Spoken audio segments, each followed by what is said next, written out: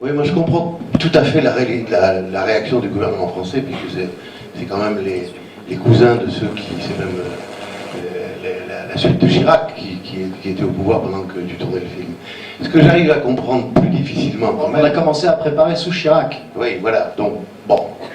Mais ce que j'arrive à comprendre plus difficilement, c'est la haine de la critique. En principe, la critique n'est pas aux bottes, elle n'est pas aux ordres. Or, ce film a quand même été éreinté. On l'a... Non, c'est le film sur lequel j'ai eu mes meilleures critiques. Oui, mais... Non, il y a des gens très virulents qui ont... Mais la haine aussi avait suscité des réactions virulentes. Oui, tant mieux, mais j'ai été surpris justement d'avoir pas mal de bonnes critiques. Les critiques qui étaient toujours agrémentées d'un vérité entre guillemets, parce que personne n'ose, parce que les journalistes qui connaissent pas le sujet ne peuvent pas dire oui c'est vrai ou c'est faux, donc ils disent peut-être qu'il a dit des conneries, mais le film, j'ai plutôt eu des bonnes critiques, ou alors peut-être qu'on me les a cachées peut-être. Non. Moi j'en ai lu des mauvaises, mais je sais pas, j'en ai lu deux, on m'a donné deux bonnes critiques. Ouais, il y en a eu que deux. Il y en a eu deux, hein, c'est ça. Ouais, pour un film de cette pour cette film de cette ampleur et de ce budget, c'est pas beaucoup quand même. C'est un film. Non, je sais pas. J'ai quand même un gros film. Et moi j'ai l'impression qu'il a été. Oui, pardon. J'ai l'impression que la réaction contraire a été une réaction politique aussi. Oui. C'est-à-dire que après, ça se passe en 88, on est en 2012, c'est toujours pas digéré. C'est-à-dire que quelqu'un qui fait un film pour établir la vérité là-dessus est suspect. Et ce qui m'embête, c'est qu'il est suspect pas simplement chez les politiciens, chez les... Mais les gens qui veulent dire la vérité aujourd'hui, et imaginez ça il y a 20 ans, une personne qui dit la vérité aujourd'hui est obligée de quitter son pays et de se réfugier à l'autre bout du monde pour ne pas être mis en prison comme traître. Entre Assange et Snowden, tous les gens qui aujourd'hui ont le désir de vérité et qui ont les preuves à amener qu'ils ont découvert quelque chose qui se passe, qui nous est caché, ces gens-là sont mis au pilori, et même par leurs confrères. Snowden n'est pas porté au nu par tous les journalistes du monde, tandis qu'il devrait. Donc forcément aujourd'hui, tout ce qui est... Et c'est pour ça que c'est difficile de faire ce genre de film, c'est qu'on sait que même si le film est extrêmement bon et qu'il y aura toujours à l'inverse d'une comédie, la comédie ça fait rire ou pas. Soit ça vous a fait rire, soit pas, mais là, le film politique, il y a toujours le moment où la personne dit oui, c'est un très bon film, mais... Et c'est ça qui fait qu'on se fait éreinter ou pas. J'ai pas eu de problème, moi, sur la qualité du film, mais j'ai eu des gens qui m'ont dit oui, c'est un film partisan, il a inventé des trucs, nanana. Et puis quand on se retrouve avec Ponce à la télé qui vous dit ça, bon, bah, qu'est-ce que vous voulez, si les journalistes font pas leur travail, après... Non, il a raison. Il y a une...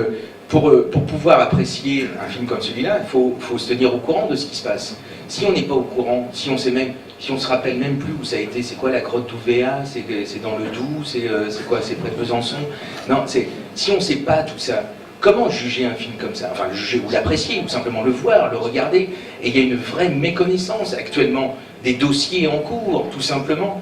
Et la France a inventé, enfin, il n'y a pas que la France d'ailleurs, mais il y a une sorte de faculté finalement d'indifférence à ceux qui prennent parti, en les qualifiant de donneurs de leçons, moralisateurs, pourfendeurs, etc. Ça permet de rester soi-même en dehors du débat, en dehors de ce qui se passe, de ce qui se dit, parce que prendre parti devient gênant, ça oblige à réfléchir, à se documenter. Pour pouvoir critiquer l'ordre et la morale, eh bien, il faut aller sur Internet, regarder, acheter les journaux, les bouquins, celui de Le Gorju, mais pas seulement. Non mais voilà, si on veut un petit minimum. En fait, ça demande, ce qui est intéressant, c'est que vous pouvez y aller sans avoir eu le truc. Ce qui est intéressant après, c'est de faire votre propre travail et de comparer. Justement, moi, ce qui m'intéresse dans ce genre de film, c'est de pouvoir dire, mais tiens, là, il s'est planté, il a dit la vérité, de faire mon propre travail si le sujet m'a intéressé. C'est des films participatifs, en fait. On a une question là. Bonsoir, merci déjà pour le film. Je dois Attends qu'il te mette une lumière dans la gueule avec vas-y. Je dois avouer que je ne connaissais pas du tout l'histoire de tout ça. Donc, donc c'est positif d'en apprendre un peu plus. Moi, ma question, c'est, je trouve qu'il y a beaucoup de références dans le film à Apocalypse Now, notamment. Et en fait, je voulais savoir pourquoi toutes ces références, enfin, quel était le but au-delà de la référence, justement. Il n'y en a aucune. Le seul problème, c'est que quand vous faites un film avec des gens qui se posent des questions et avec des voix intérieures qui se passent dans la jungle avec des hélicoptères, c'est difficile aujourd'hui de faire un plan d'hélicoptère et de ne pas entendre... c'est difficile. J'avais un plan avec un ventilateur, bon bah t'es baisé. T'es baisé, mais pourtant tu peux pas ne pas faire le passage du ventilateur à la pale d'hélicoptère. Elle est normale, elle est belle, il l'a utilisée, elle a été utilisée avant par d'autres réalisateurs, mais effectivement on m'a dit oui, ça ressemble à... Il y a du Apocalypse Now, mais moi évidemment que c'est pas que j'essaie de me dire le plus loin d'Apocalypse Now possible, parce que je pouvais pas. Chaque fois que je voyais une botte, un truc, un mec qui fait comme ça, c'est Apocalypse Now. Donc je comprends que cette référence vous paraît évidente, mais je pense que c'est une référence de circonstance, c'est pas une référence purement artistique. Oui. Bonsoir. Alors, merci encore pour le film, parce que moi aussi j'ai beaucoup aimé. Et j'aurais une question technique concernant... Je suis là. Concernant la scène de l'assaut, en fait. J'ai trouvé ça très réaliste. Lequel le dernier, pardon. Voilà, dans le jeu d'acteur, dans la manière de filmer aussi, je me suis sentie emportée, en fait, et j'avais l'impression d'être avec vous. Et je voulais savoir comment vous y êtes pris. Tu étais avec nous. Merci, ça me touche. Et oui, je voulais savoir comment vous y étiez pris, et est-ce que ça vous a pris beaucoup de temps pour la préparation et ensuite pour le tournage? Alors c'est typiquement le genre de scène où tout le monde, où tu te dis ah putain c'est incroyable machin, et puis en fait l'histoire que tu entends derrière elle est ah merde. Quand j'étais en préparation, j'avais 2 semaines de prévu pour cette scène d'assaut.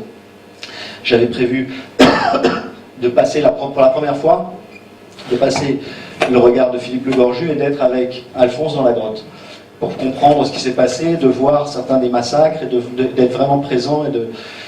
Donc j'avais toute une construction assez... Évidemment, une semaine avant le tournage, on me dit « Mathieu, on n'a pas assez d'argent, il faut trouver du temps. » Donc j'ai fait « Ok, bon, on oublie les 2 semaines de fusillade et on va faire... on le réduit à 3 jours. » Problème réglé. Je me dis « Je verrai ça dans 2 mois. Dans 2 mois, si je pleure, normalement ça devrait passer. » Et 2 mois après, évidemment, j'ai pleuré. Et le producteur il me dit « Non, mais c'est pas 3 jours. » Je dis, mais je peux pas en 3 jours, si, t'as 3 jours. Je dis, bon, ok. Donc, mon but était de mettre les gens dans le film. Mon but était de...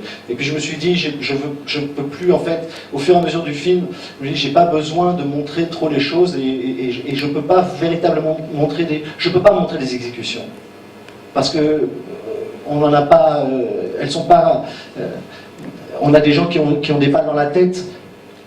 Mais je ne peux pas montrer, enfin je le montre d'ailleurs dans le film parce que ça a été quand même révélé, mais j'en montre un pour bien montrer que ça existe. J'en montre pas 2 pour pas montrer que c'est généralisé. Et je ne veux pas pointer le doigt en disant ils ont tous fait ça. Je ne sais pas ce qui s'est passé, mais je sais que je connais le résultat.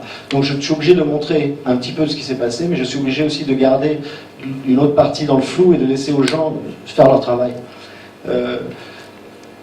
Je me suis rendu compte que ce qu'il fallait, c'est être dans la tête de Legorju jusqu'au bout. Et en fait, on avait 3 jours pour finir cette séquence. Et j'ai essayé différents trucs. Je voulais monter des caméras directement sur les acteurs. Et puis le chef-op, il m'a dit, viens, on fait un seul plan. J'ai dit, mais comment ça, on fait un seul plan? Et puis il s'est dit, on fait un assaut. On a réuni tous les gens des effets spéciaux, tous les comédiens qui étaient avec moi. Et on a dit, voilà, on va miner tout le terrain. Vous allez vous planquer et ça. On a mis le caméraman, on a mis un 5D, un Canon, un petit appareil photo. On a fait des tests dessus. On lui a mis des protèges tibia et des protèges trucs partout parce que le terrain était très très très dangereux et très. On a eu du pot de ne pas avoir de blessés. Et on s'est dit bon, voilà, on va de là à là-bas. On a à peu près notre chemin. On sait à peu près ce qu'on fait. Par contre, on ne sait pas où ça va exploser. Donc les mecs avaient des bombes un peu partout. Il y avait des moments où ils étaient avec les fils comme ça, ils attendaient qu'on sorte de là où on était assis ou allongé parce qu'on était juste sur une de leurs bombes. Et dès qu'on était parti, ils faisaient sauter le truc. Et donc on s'est retrouvé à faire un plan de... Ça a duré 11 minutes de véritable assaut, quoi. Nous on avait un truc, si on n'avait plus de balles, il fallait qu'on recharge, personne ne venait nous aider les trucs, et puis il fallait qu'on fasse attention de ne pas se blesser, et puis ça pétait à côté de nous, quoi. Donc on a fait 3 prises comme ça, et on a pris, et ce que vous voyez dans le film, c'est une seule prise. Alors moi je me suis dit, est-ce qu'on va monter un petit peu dedans, mais en fait je me suis dit, il faut garder la beauté du truc, ça passe aussi par l'instantané, ce moment-là, et on n'a pas voulu le tricher, quoi. Donc, ce qui est intéressant, encore une fois, dans les contraintes, c'est que ça oblige de trouver des solutions qui sont généralement beaucoup plus intéressantes que celles qu'on a prévues depuis longtemps. Parce que quand on connaît bien son sujet, quand on sait ce qu'on veut raconter, si on vous retire tout, vous saurez toujours comment le raconter, même s'il faut changer de moyen, même vous aurez toujours quelque chose à raconter, vous saurez exactement ce que vous avez raconté. Donc vous pourrez le faire de n'importe quel moyen. Oui. Bonsoir. Déjà, félicitations pour le montage du film. Enfin, c'est magnifique, honnêtement.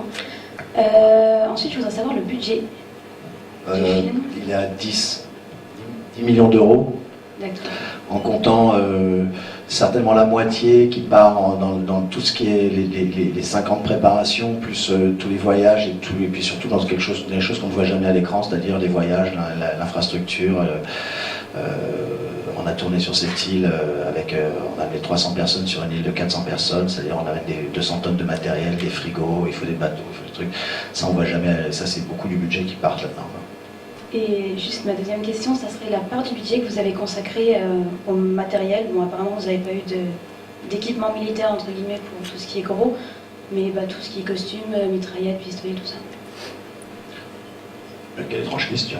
Si vous êtes dans l'armement? Non mais ça m'intéresse. C'est vraiment rare de voir autant de matériel dans un film. La moitié est faux déjà. Tout ce qui coûte cher, c'est en bois. Donc l'hélicoptère, il nous a coûté 10 000 euros.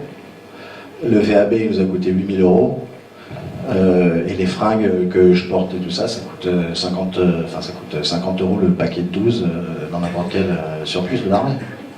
Donc c'est pas ça qui nous a coûté de l'argent. Ce qui nous a coûté de l'argent, c'est fabriquer les trucs. C'est ensuite l'hélicoptère, on l'a fabriqué en Nouvelle-Calédonie, on l'a amené à Tahiti. Ensuite, on l'a amené en bateau jusqu'au truc. Il a fallu remonter.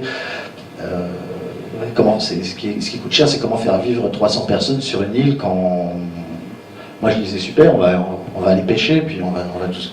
Mais ils disent non, le poisson il faut qu'il vienne d'Australie, ou sinon il n'est pas réglementé. Donc ça coûte, c'est tout ça qui coûte cher. Oui, sinon on avait 200 figurants, les 200 figurants qu'on avait, on dormait dans des tentes quechua, on avait installé des camps au bord des plages, et il y avait tous les mecs qui dormaient dans les camps, c'était assez incroyable.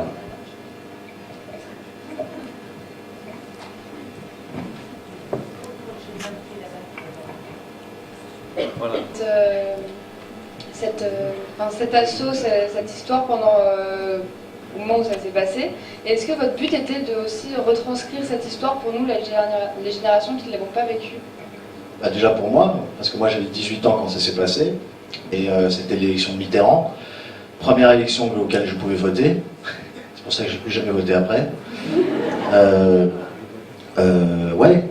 En 81, sa première élection, moi j'avais 13-14 ans, c'était le début c'était l'adolescence, début de la rentrée en politique un petit peu, puis j'ai vu de 81 à 88 les émeutes, toute la montée de tout ce qui s'est passé avec Pasquale, Malik Osekine, Lorraine Moura, tout ça, oui, évidemment, oui.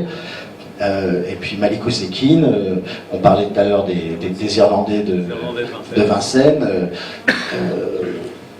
Et puis en 88, je peux voter, je vote Mitterrand.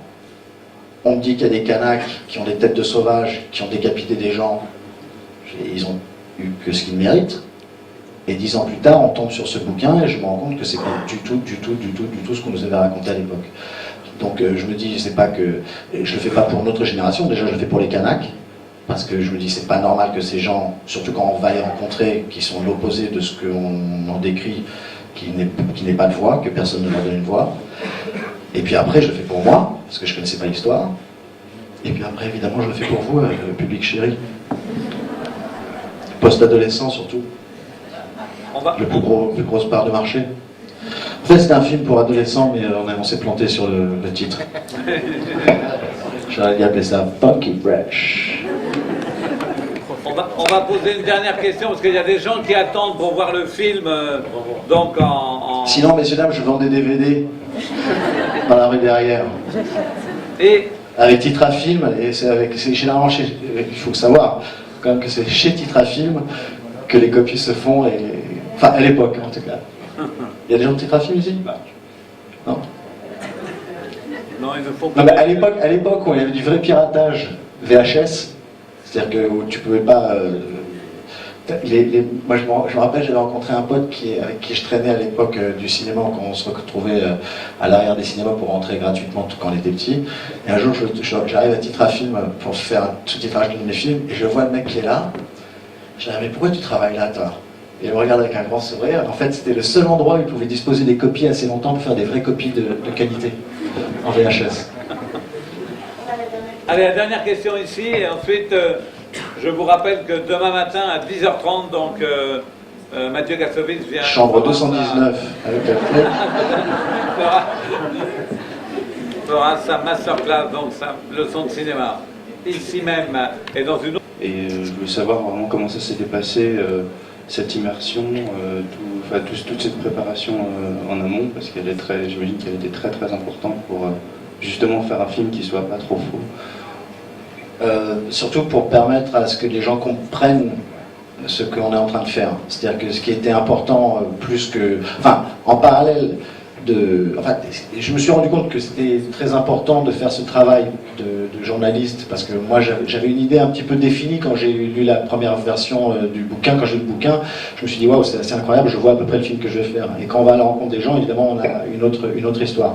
Mais au-delà d'apprendre l'information de l'intérieur et d'être avec les gens qui étaient là-bas et qui ont pu dire oui c'est comme ça, non c'est pas comme ça, on a fait tout le travail que eux font au quotidien, qui fait partie de leur coutume, qui est de faire la coutume, ce dont on voit dans le film, qui est cette discussion où les choses se font les yeux dans les yeux et doivent se faire avec le temps qu'il faut leur donner, voilà, qui n'est pas minutable. Et les Kanaks ont l'habitude de dire, quand ils voient que vous avez une montre, ils disent toi t'as l'heure mais moi j'ai le temps. Donc c'est très sympa, et c'est quand on entend ça, on dit mon Dieu, quel pays, quel peuple magnifique. Quand on doit se les coltiner pendant 10 ans à essayer d'avoir un oui pour un film, c'est un peu moins romantique, mais... On a envie d'envoyer l'armée, exactement. Mais ce qui est intéressant, c'est qu'on rentre exactement dans le sujet du film, et que je me suis retrouvé à un moment à être le capitaine Le Gorju. C'est-à-dire que j'ai fait des réunions avec le FLNKS, avec des mecs comme ça qui me disent bon, qu'est-ce que tu veux nous raconter, toi, petit blanc? Et il faut aller négocier, quoi. Il faut négocier j'ai négocié comme un politicien, comme un militaire, pour arriver à pouvoir faire ce film.